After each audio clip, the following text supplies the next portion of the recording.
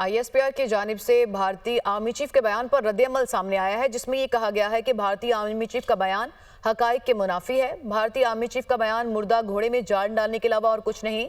भारतीय army chief का पाकिस्तान को दहशतगर्दी का मरकज करार देना हकाइक के बिल्कुल मुनाफी है और भारतीय आर्मी चीफ का बयान भारत के पिटे हुए मौकिफ के मुर्दा घोड़े में जान डालने की नाकाम मशक है। आईएसपीआर की जानिब से यह भी कहा गया कि जनरल ऑफिसर ने मकबूजा कश्मीर में कश्मीरियों पर इंतहाई वहशियाना जबर की जाती तौर पर निगरानी की है और तर्जमान पाक फौज का भारतीय आर्मी चीफ के बयान पर यह सख्त रद्द-ए-अमल सामने आया है, जिसमें यह भी कहा गया है कि ये अंदरूनी तौर पर अकलियतों पर जबर और भारत के बैनुल-अक़वामी जबर से दुनिया की तवज्जो हटाने की एक ऐसी कोशिश है। ऐसे सियासी गलत बयानात भारतीय फौज की सियासतज़दा सोच की अक्कासी करते हैं।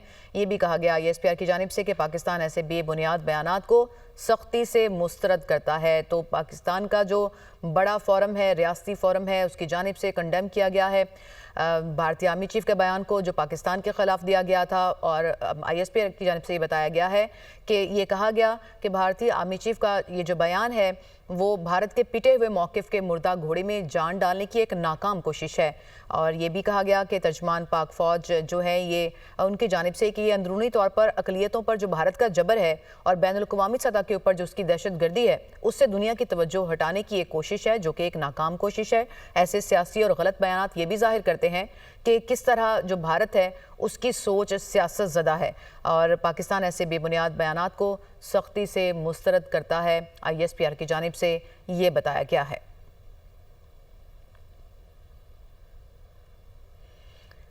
अहम खबर आपको दे रहे हैं कि आईएसपीआर की जानिब से भारतीय आर्मी चीफ के बयान पर सख्त रद्द-ए-अमल सामने आया है और इसी पर हम रद्द-ए-अमल हासिल करेंगे।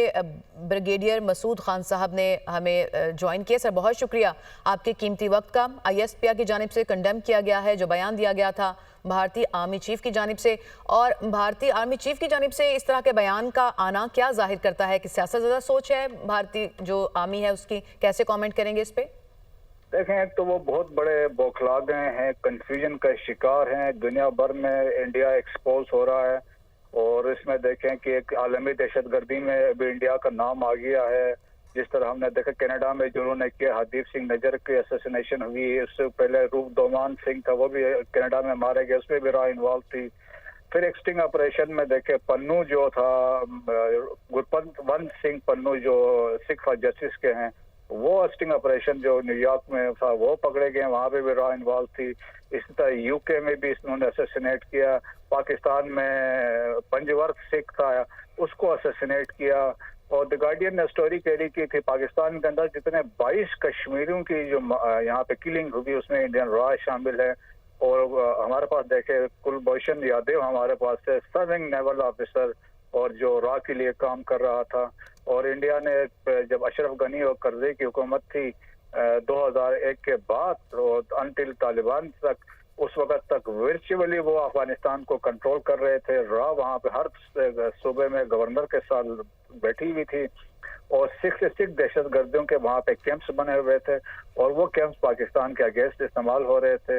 इन्होंने ब्रास बनाई 2018 में, बलोच राजी अजोई संगड़, जिसमें तमाम बलोच टेररिस्ट ग्रुप्स को इसमें जमा किया है। इसमें BLA, BLF, BRA और इसके बाद फिर 2020 में एक कंसोर्शियम बनाया टेररिस्ट ऑर्गेनाइजेशन का, जिसमें फितरत और फारिश को भी ऐड किया।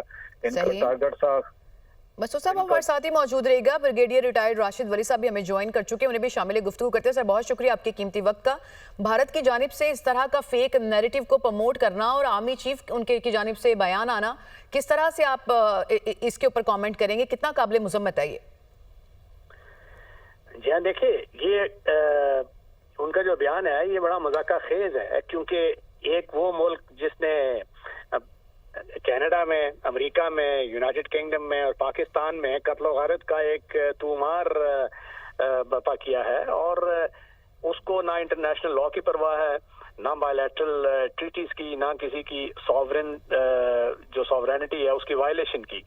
तो ऐसे मुल्क को उसकी आर्मी चीफ का बयान तो कोई वो मानी नहीं रखता है और वो अपनी खिफत मिटाने के लिए इस वक्त जो कश्मीर में एक होमस्पन इंडिजिनस और नेशनलिस्टिक अपराइजिंग है उससे दो लोगों की तवज्जो दूसरी तरफ डाइवर्ट करने के लिए इस किस्म के बयानात वो दागते रहते हैं जिनका कोई मतलब नहीं होता।